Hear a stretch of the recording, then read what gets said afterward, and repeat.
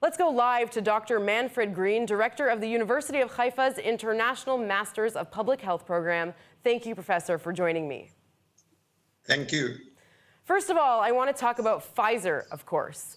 What do you predict will be the timeline for the vaccine? Who will get it first, and how long do you think it will take for the whole general population to be able to get vaccinated?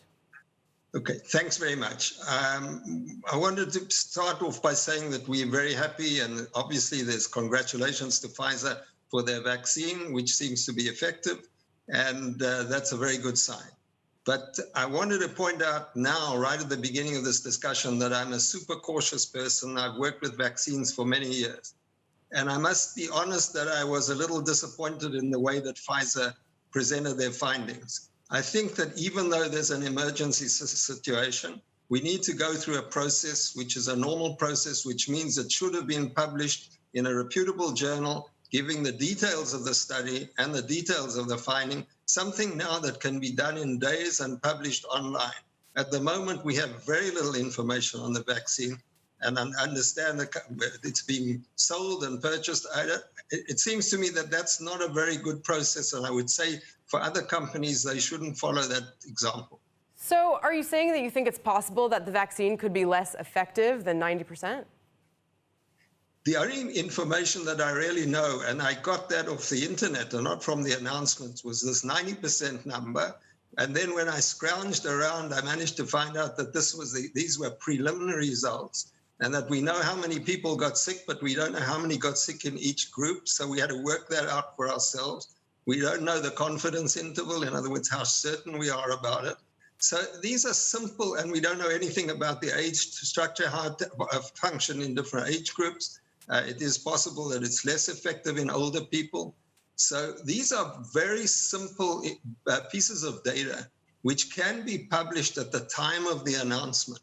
And so what I'm saying is that I think that we should be very careful not to get into this emergency situation and say we can skip these very important steps. There are ways of doing it in the right way without wasting time. But with that said, once the vaccine does arrive in Israel in January, as we expect, it will, the Israel Health Ministry will do its own tests on it, correct? Well, it's not really, usually a vaccine is not tested again in the sense that it's usually approved by a testing body, usually whether it be the FDA, and Israel has its own committees that actually approve the vaccine. So having given, and we assume then that the company provides all the necessary data to get the approval, and that I'm sure will be done. But I would suggest, and this again, remember that I said that I'm very cautious. I wouldn't hasten with the giving of the vaccine. I think that the vaccine should be given gradually. I don't think it should be given into large numbers of people at once. I think we should do it gradually. We should learn about the vaccine. And we have to remember as well that other vaccines are going to come onto the market.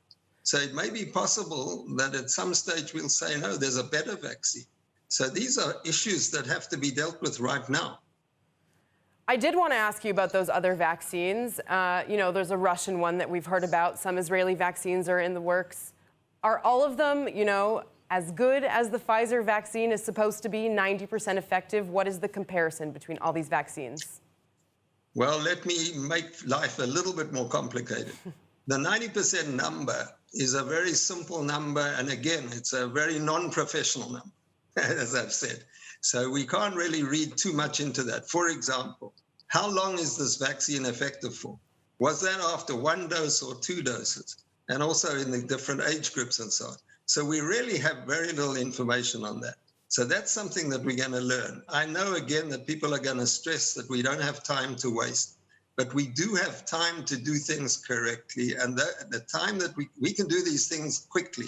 So I think that, again, we will do this in Israel. I would hope that in Israel, this would be a gradual process. It will not be a very rapid process. And people will understand that when we're dealing with giving a vaccine, particularly to a large part of the population, we need to do that responsibly. And as I said, in a gradual process. All right, Dr. Manfred Gree, thank you so much for your insights on this vaccine. Thank you very much. All the best. All the best.